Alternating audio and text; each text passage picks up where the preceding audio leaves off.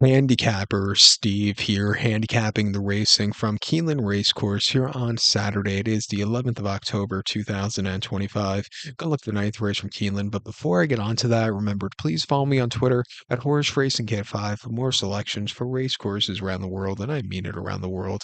Let's look at the ninth race from Keeneland, which is a proper Group 1 here. It is the Queen Elizabeth II Challenge Cup. It's presented by Dixiana. It's a Grade 1 event going for an $800,000 purse, race for 3-year-old fillies here.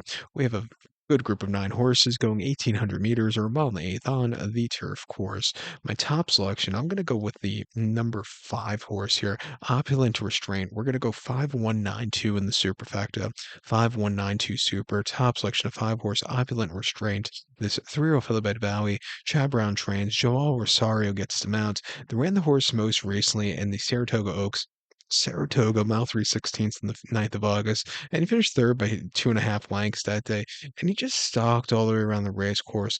Laura Lynn, who's running back this one today, really ran terrifically from a tracking trip to came home clear. But this horse, she ran well behind her. I think refreshing here going to be a little bit fresher horse.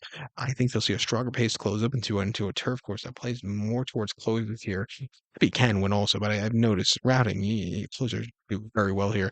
I think this horse sitting on a very good improved run. He ran two back in the Belmont Oaks at Saratoga, mile late the Mellon, 5th of July, and finished third by 3/4 length. Again on the front end, he got caught late that day by Fion, who closed up from mid-pack that day. But this horse, she didn't go down without a fight. I thought she showed strong effort at 19-1. And then the Memories of Silver and Aqueduct, a mile on the 27th of April, finishing second by a neck, was again on the front end all throughout, a little bit wide. It got caught by Laura Lynn at the wire.